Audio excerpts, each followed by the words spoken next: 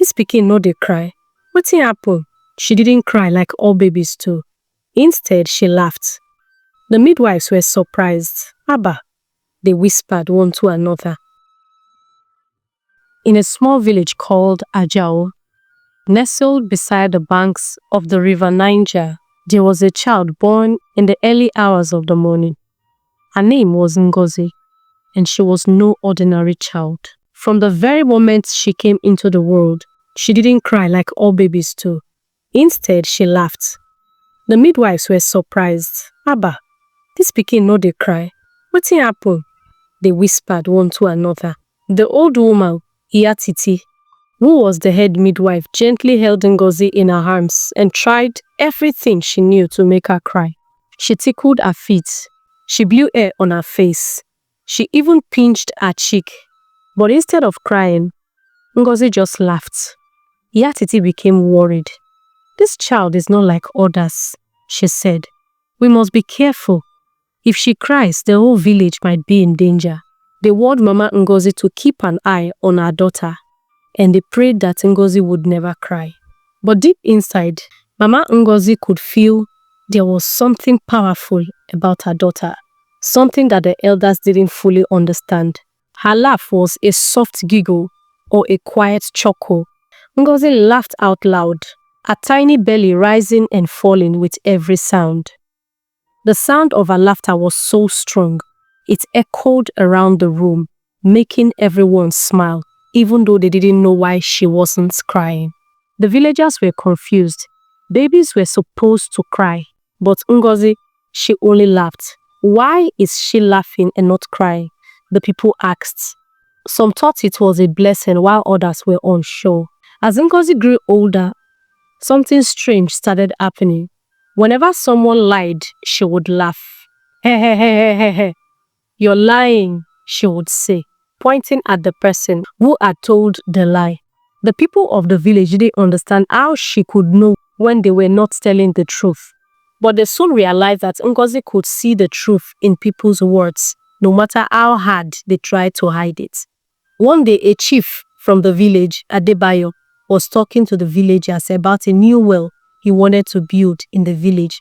He said, the well will bring enough water for everyone. I promise you all.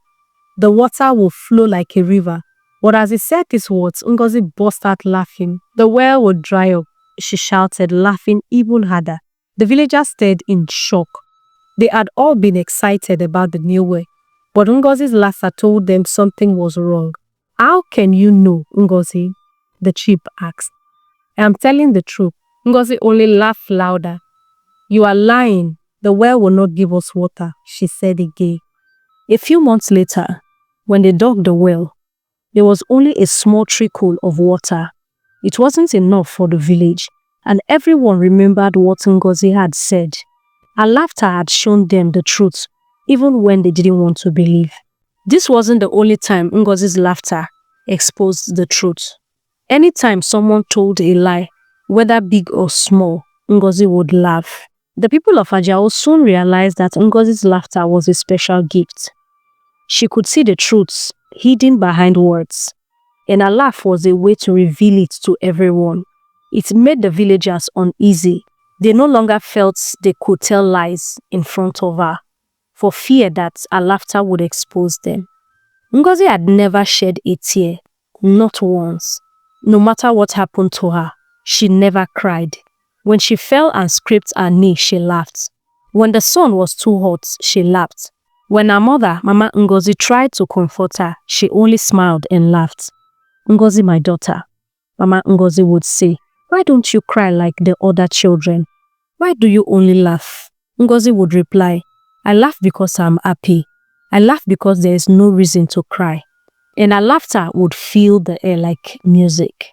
One day, as the sun was setting, the king called for a meeting. He said, Ngozi's laughter is troubling the village. People are no longer talking. They fear that she will expose their lies. We cannot let her continue like this. We must find a way to stop her. Iya Titi nodded in agreement. If Ngozi ever cries, it will be the end of us all. We must send her away, far into the forest where she cannot cause anyone harm. The villagers whispered among themselves. Some agreed with the elders, but others were sad. Ngozi has done no wrong, they said. She only speaks the truth with her laughter. But the elders' fear was too great. They decided that Ngozi must leave the village. My daughter, Mama Ngozi said with tears in her eyes, I do not know why you were born this way, but I love you and will always love you. But Ngozi smiled, her eyes full of joy. Mama, I am not afraid. I laugh because I know the truth, and the truth will always guide me wherever I go. Mama, don't worry, I'll come back. They will bring me back to this village with an apology and all manner of gifts. Just be patient, I will miss you too. But as for me, the forest will guide me, she said. The king wasn't a sincere person. The presence of Ngozi scared him. He knew she could expose him for all his wicked and evil acts. He slept with other people's wives, took people's flourishing farmlands, and so on. Mama Ngozi was heartbroken. She didn't want to send her daughter away, but she knew the village elders had power. She could not stop the king. She packed a small bag and walked with Ngozi to the edge of the forest. Ngozi built a small house with the help of some young men who really liked how she made them say the truth and to be free from themselves, just at the entrance of the forest.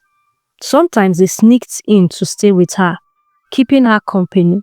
She would tell them mysteries about the forests and life in general, and they would wonder, you're so young yet you know so much. They believed she wasn't ordinary. Even her mother sometimes came to stay with her. She brought food and other items to her every now and then. Ngozi was her only child, and her husband had died while she was still pregnant with Ngozi. Ngozi wasn't allowed to go to the village, so she remained at her forest house. Those who loved the truth always came to listen to her words of wisdom. Years passed, lies and dishonesty became the order of the day. People cheated on each other. They betrayed one another. Then the troubles began. Their farms didn't yield good crops, and their once prosperous village started to suffer. Untimely death became the order of the day, both people and animals. They went from place to place in search of solutions, but everywhere they went was the same story. The girl you sent to live in the forest, go and apologize to her and bring her back. And make sure you don't bring her with empty hands. It must be a grand celebration with all manner of gifts.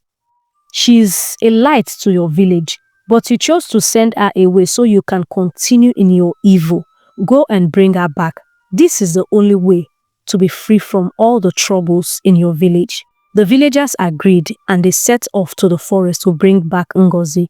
When they found her, she was sitting beneath a large tree, laughing softly to herself. Ngozi, they said, we need you. We need your laughter to show us the truth again. Our village is suffering, and we are sorry for driving you out of the village, your homeland. Ngozi stood up and said, I knew you would come back for the truth, because the truth will always prevail. I will return with you, but remember, it is not my laughter that saves you. It is your heart that must learn to speak the truth. And so Ngozi returned to the village, and once again her laughter filled the air. The villagers learned to live with honesty, and their crops grew strong. The well began to flow with water, and their lives became full of peace.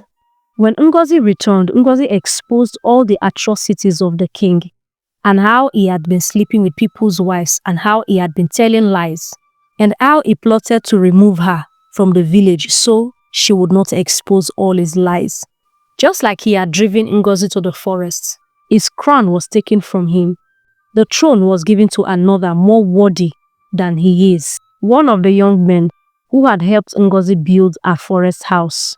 And so the king was driven into the forest. Ngozi, the little girl who was born laughing, had shown the village that the truth could make them free. And as for her tears, well, they never came. But her laughter was all they needed to live happily ever after. Moral lessons. Never change from who you are just to please people. Be yourself. Whether the world accepts you or not, always be yourself. The truth will always prevail. Light will always shine over darkness. and the truth will always guide you. Thank you for watching. God bless you. Bye.